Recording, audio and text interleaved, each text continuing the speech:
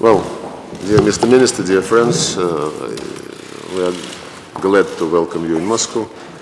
This is our, I think, third meeting in 10 months, which indicates the intensity of our dialogue and our determination to move along the lines determined by our leaders when President Putin visited Budapest in February. Then our Prime Ministers met in Kazan in August. The Intergovernmental Commission met in April, and today you had a first meeting with a new co-chair from the Russian side, Minister V.I.Skvortsova. So I believe you had a good opportunity to discuss the trade and economic relations. The overall situation is not maybe very promising, but we feel on both sides the desire to promote mutually beneficial projects. Business communities in both countries are interested in looking for new opportunities. We are noting keen interest of Hungarian businessmen in working with the Russian regions. We strongly encourage this.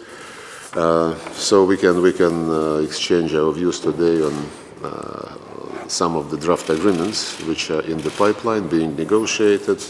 And of course, we highly value our humanitarian relations.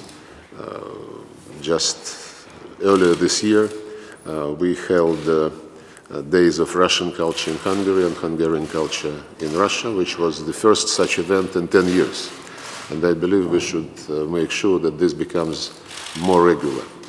And of course, we look forward to exchanging views on international situation in Europe, Middle East, Africa, our cooperation in the United Nations, OSCE, Council of Europe, and any other matters which might be of interest to you.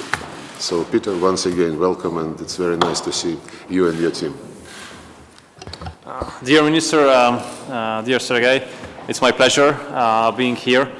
I recall the memories of our meeting in November when you were so kind to receive me very short after my appointment as a minister, and since then we've been in direct contact, and I really appreciate that you gave the opportunity always when I wanted to contact you to touch base about serious issues. Actually, I came because of 3 reasons. First of all, because we understood from the recent developments of world politics that major challenges cannot be overcome if there is not a pragmatic cooperation between the transatlantic community and Russia. And we would like to be partners in building up this pragmatic cooperation. The successful conclusion of nuclear talks on Iran have proved that if there's a pragmatic cooperation between transatlantic community and Russia, we can overcome the most serious and the most complicated challenges as well. The second reason why I'm here is that European Union is facing the most serious challenge since the foundation of European Union. This mass migration crisis gives us hard days. And I have to be honest, Europe is still looking for the solution, but we are not in a position to report that we have found it. Hungary has made her own measures, and now we are in a position to report that the influx of irregular migrants to the territory of Hungary has been stopped, which is a great achievement, I think. And the third issue is bilateral cooperation. We are absolutely interested in enhancing our cooperation on all fields. The problem is that the global context is not very favorable. We have huge loss on volume of bilateral trade, and I'm here to discuss those possible mutual measures that should be made in order to turn the tide and enhance the economic cooperation between us again. Hungarian businesses have huge interest in cooperation with Russian businesses, having investments in Russia and attracting investment from Russia and building up export-import relations. So these are the three issues why I'm here, and I'm really grateful that you gave us the chance to talk about these issues with you again.